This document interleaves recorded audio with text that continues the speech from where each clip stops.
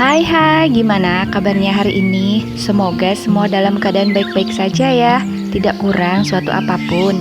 Walaupun banyak kekhawatiran setiap harinya, tapi semoga setiap kita bisa menemukan kebahagiaan.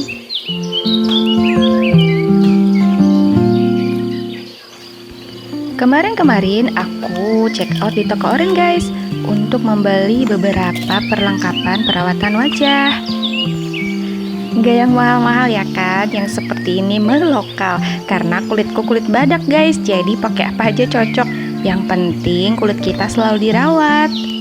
Yang aku beli berupa serum, moisturizer, ada juga cleanser, terus hand body, sama ini nih, sunscreen. Aku biasa pakai sunscreen walaupun jarang-jarang. Ya paling tidak tetap pakai ya guys. Karena kulit aku cenderung kering guys, apalagi musim kemarau kayak gini kan, dengan udara Jogja yang panas banget itu bikin kulit terasa kasar dan pecah-pecah, apalagi di muka. Nah makanya nih aku agak lebih peduli kalau di musim kemarau ya, biar kulit ini nggak pecah-pecah.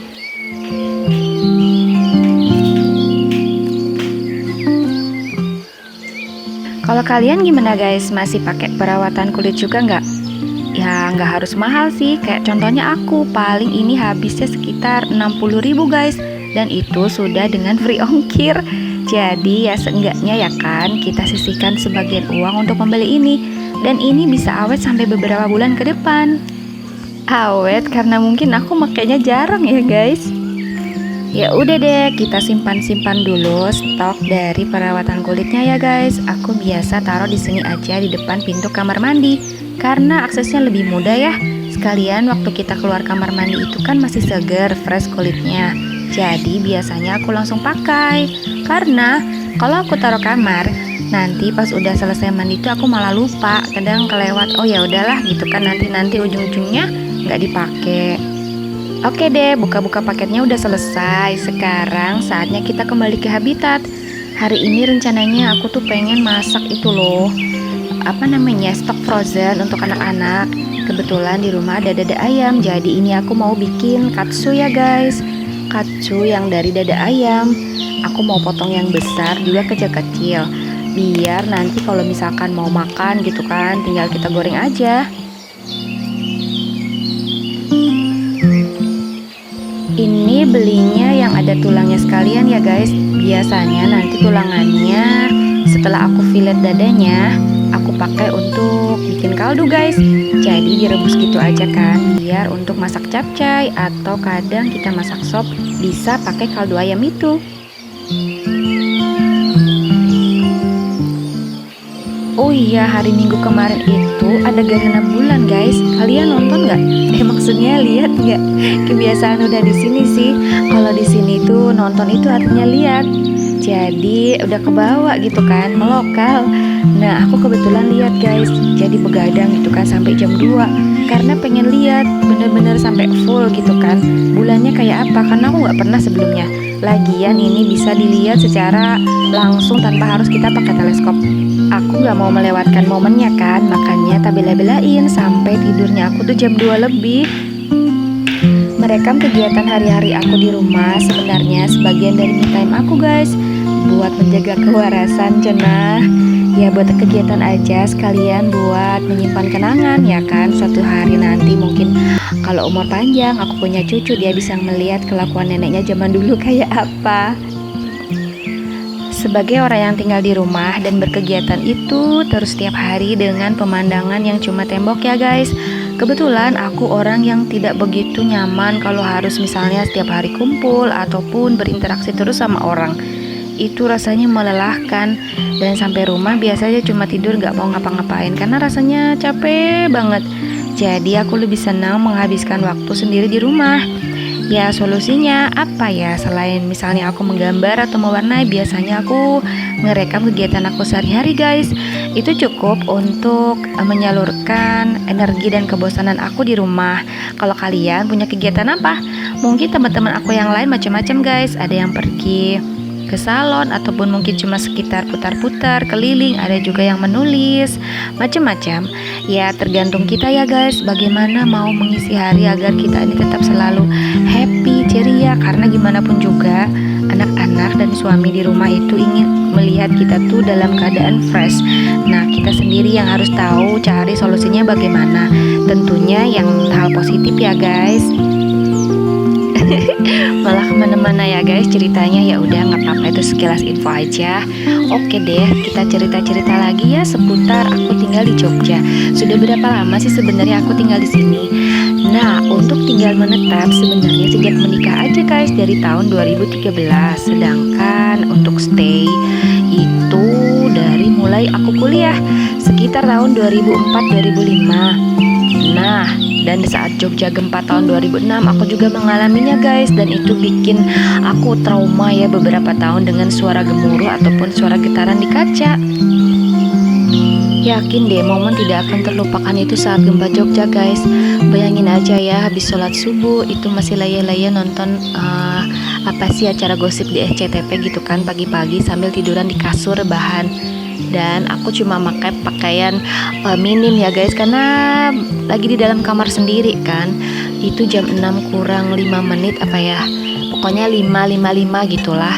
Nah tiba-tiba ada suara bergetar gitu kan. Aku pikir tuh pesawat terbang, karena memang dulu kosan aku tuh di deket itu area ke arah Jalan Solo sana ya. Dia dulu Bandara Jogja masih di Adi Sucipto ya guys. Jadi daerah Gejayan itu lalu lintas dari pesawatnya masih terasa kenceng banget, pesawat yang mau landing ataupun yang mau terbang gitu kan. Nah aku pikir tuh suara pesawat, ternyata kok makin lama makin kenceng. Dan kenapa kasurku bergetar, udah gitu semua buku jatuh guys. Dari rak itu aku panik banget. Dan aku mau buka pintu, ternyata pintunya dikunci. Terus aku lupa naruh kuncinya di mana. Itu hal terbodoh yang pernah aku lakuin. Abis kuncinya ketemu, langsung aku buka pintu dan keluar ya guys ke garasi. Yang lain teman-teman juga udah pada teriak-teriak masuk ke garasi semua. Pas mau masuk ke teras ternyata aku pakai baju minim guys. Jadi aku balik lagi dong ke kamar, padahal posisi masih gempa-gempa berguncang-guncang. Itu lama banget guys gempanya. Bayangin dari aku nyari kunci, buka pintu, lari ke depan, balik lagi ke kamar, itu gempanya masih terasa. Pas aku keluar pintu garasi dan ke jalan depan kos, gempanya udah selesai guys. Jadi aku menghabiskan waktu gempanya dengan lari bolak-balik sana sini pakai baju. Lucunya, lucu kalau sekarang lucu ya mikirnya. Itu aku pakai baju sambil mau jatuh-jatuh guys. Karena ya ampun itu lantai itu tahu nggak? Kayak gelombang ular naga tuh loh gerakannya.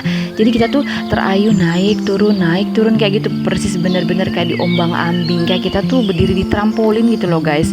Tanah tuh bener-bener gak stabil. Dan itu hal mengerikan yang bener-bener aku alami seumur hidup deh.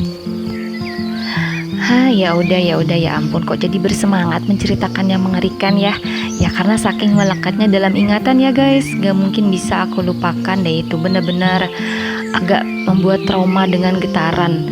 Dan aku juga selalu standby kunci pintu itu di pintunya ya guys. Nggak pernah aku taruh di mana-mana lagi karena trauma, takutnya ada sesuatu terus kita malah repot nyari kunci ya kan. By the way, ayam filetnya udah aku bumbuin ya guys tadi, dan juga tulangnya sudah aku rebus untuk jadiin kaldu. Nah saatnya kita ngomel-ngomel dulu kan. Ini makanan kesukaan aku, murah meriah. Nah juga sambil mau baca buku. Gaya bener, iya maksudnya mau nyari-nyari ilmu gitu kan, mengutin ilmu dari buku. Siapa tahu ada manfaatnya. Ini aku lagi nyari-nyari tahu tentang pendidikan seks untuk anak guys. Kebetulan anak aku yang pertama udah mau masuk masa puber, jadi harus punya landasan teori ya kan, setidaknya biar yang kosong-kosong amat nih otaknya.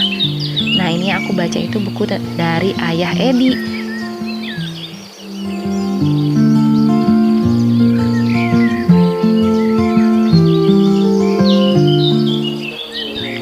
Udah cukup bacanya, sekarang saatnya kita bikin katsunya ya guys. Ya, ayamnya sudah meresap bumbunya karena sudah kudiamkan sekitar 15-20 menit. Nah, aku mau nyiapin dulu tepungnya ini untuk nanti kita aduk-aduk dikocok-kocok ya bersama dengan ayamnya yang sudah kita rendam tadi dengan bumbu. Ini aku hanya tepung terigu aja ya guys, nggak aku bumbuin juga, nggak aku tambah-tambahin tepung yang lain karena hanya untuk membalur si ayam tadi. Lagian ayamnya sudah dibumbuin lengkap tadi tuh, pakai garam, merica, ketumbar, penyedap, dan kawan-kawannya. Yang terutama harus banyak itu bawang putih guys, juga merica. Tapi kalau aku mericanya nggak gitu banyak nih, takut anakku kepedesan. Itu kunci biar nanti katsunya wangi banget setelah digoreng.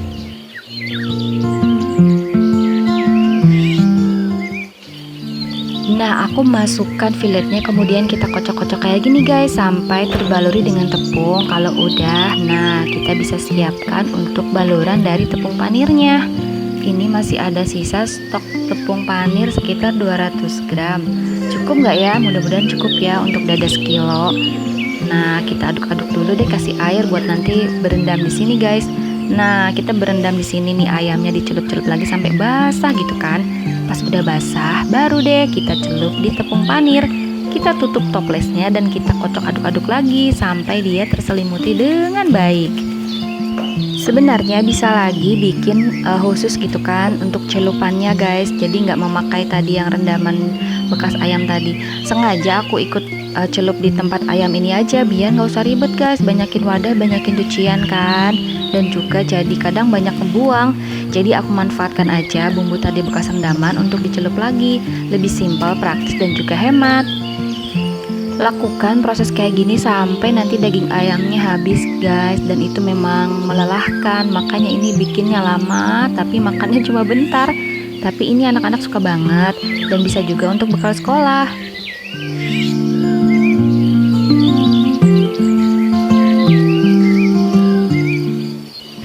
Nah, ini sudah selesai semua, kita bikin katsunya. Saatnya kita masukin kulkas ya guys. Aku dapat banyak nih dari sekilo ayam, dada ayam ya.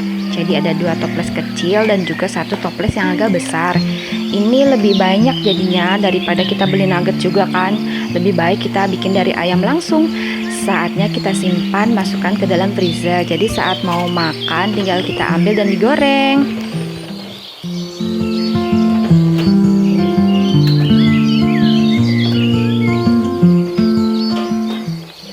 Nah, anak-anak udah pada mau makan. Jadi ini aku mau masak tadi yang sudah kita bikin ya guys, katsunya. Aku mau goreng.